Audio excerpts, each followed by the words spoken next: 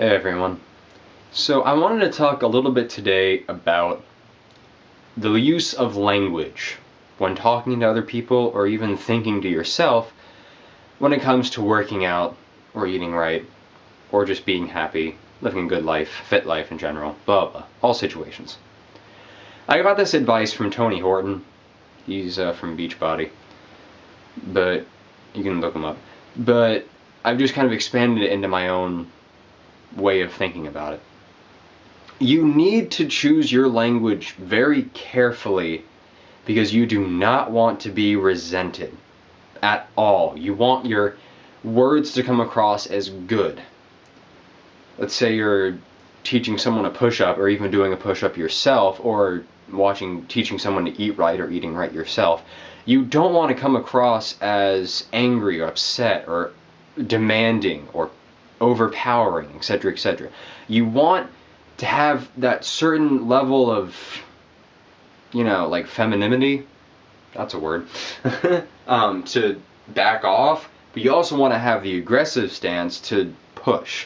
You want to find a balance of that, and that comes through your language. So let's say you're doing a push-up, or you're watching someone doing a push-up. Because it's their last couple reps, their form starts to break. There's two things you could say. You could say, hey, your form's starting to break, fix your form, or straighten your back, or something along the lines of that. Or, if you can, it'd be really helpful if you could straighten your back. You don't have to be exaggerated at that. You could just throw the word can in there. Like, oh, if you can, straighten your back, your form's slipping a little bit. That one word changes the entire thing. You change from ordering someone to asking them for their help. If a friend comes up to you and says, dude, do this for me, or, oh, hey, if you have some time, could you possibly do this for me? Which one are you going to be more likely to say yes to? The second one. The one that you have an option. You get to decide. They're coming to you for help and you get to respond back to them. Not they have all the say in the matter and you forget it. You have to do it. They're like your boss. Happens everywhere, whether it be a job or eating right or exercise or just getting someone to start out working out in general.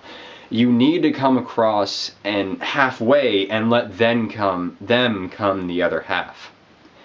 Even for yourself. Even when you think for yourself on an exercise or eating right.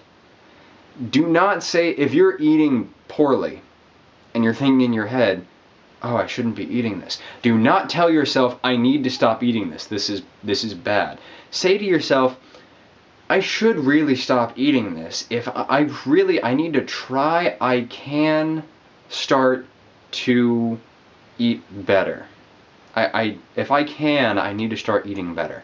Something like that. It may sound silly because you're talking to yourself, but the unconscious and the conscious are two separate things, but they control the other. If your conscious is ordering your unconscious to do something to change your eating habits, your unconscious is going to act just like your friend is, and they're going to resent you. They're going to literally say no just because it's an order. But if your conscious is asking your unconscious to do something, if it wants to, if it can, it would be very appreciative. Your unconscious will meet your conscious halfway and you'll actually start making progress into eating healthier. So expand this to other aspects of your life and you can see where this can come in handy a lot. Your language is extremely important. You want to have that balance of backing out and pushing forward. And you always want to throw in an ask. You want to have the other person, the other thing, come halfway.